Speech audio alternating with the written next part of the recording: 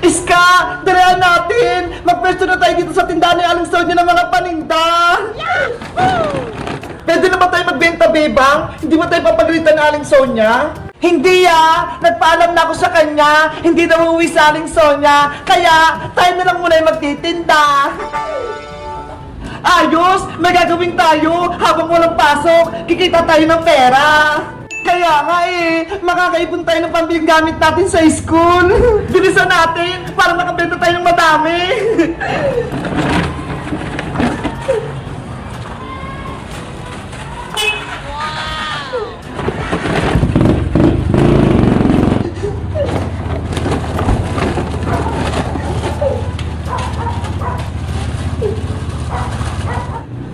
Ayan! Naimpesto na natin yung mga paninda! Pwede na tayo magbenta! Sana may bibili sa atin! Kahit konti pa lang yung paninda natin! Meron yan! Magtiwala ka lang! Bili na kayo sa tindahan namin! Murang-mura lang! Bili na kayo mga suke! May paninda kami ni Bebang! Nay! Ayun po si Bebang at Isko! Hindi nila po ako binigyan ng McDo kanina! Lagi ka nilang inawin ng mga kaibigan mo, Princess! Labos sila sa akin ngayon! Oh, no! Hay, Bebang! Iska! Naku! Iska! Ayun na si Aling Tere! Nagsumbong si Princess! Yari tayo nito, Bebang! Bebang! Iska! Ano na naman ginawa nyo kay Princess? Pinaiyak nyo na naman siya? Hindi po, Aling Tere! Wala po kami ginagawa kay Princess! Ikaw, Bebang, bait-baitan ka, no? Di ba? Hindi niyo ako binigyan ng McDo niyo? Pinagdamutan niyo pa ako? Binigyan naman kita, Princess, apple pie, kaso hindi mo tinanggap. Ayoko nun! Gusto ko, McDo chicken, fries, tsaka burger! Inigit niyo pa ako? Ang sabi niyo, hindi makakabili si nanay ng McDo kasi mahirap lang kami, wala kaming pera. Ano? Totoo yung Princess? Sinabi nila yan? Opo, Nay! Mukha daw tayong madungis at pulubi! Princess, wala kaming sinasabing ganyan! Huwag ka magsinungaling! Totoo naman yun, Iska! Ang sabi niyo pa nga, hindi naliligo si nanay at mabaho yung kilikili niya! What?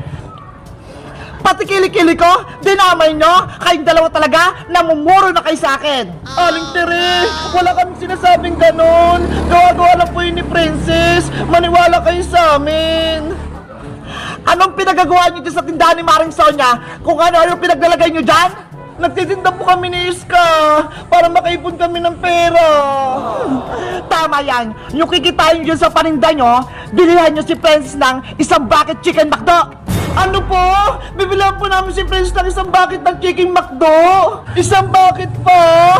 Ang mahal nun. Para ma-absuelto kayo sa mga kasalanan nyo. Kaya dapat, bilan nyo si Princess ng chicken McDo. Pero Aling Tere, pambili po namin ng gamit sa school yung pera. Ngayon, ayaw ni Bebang. Ay aba, sumusuway ka na, Bebang?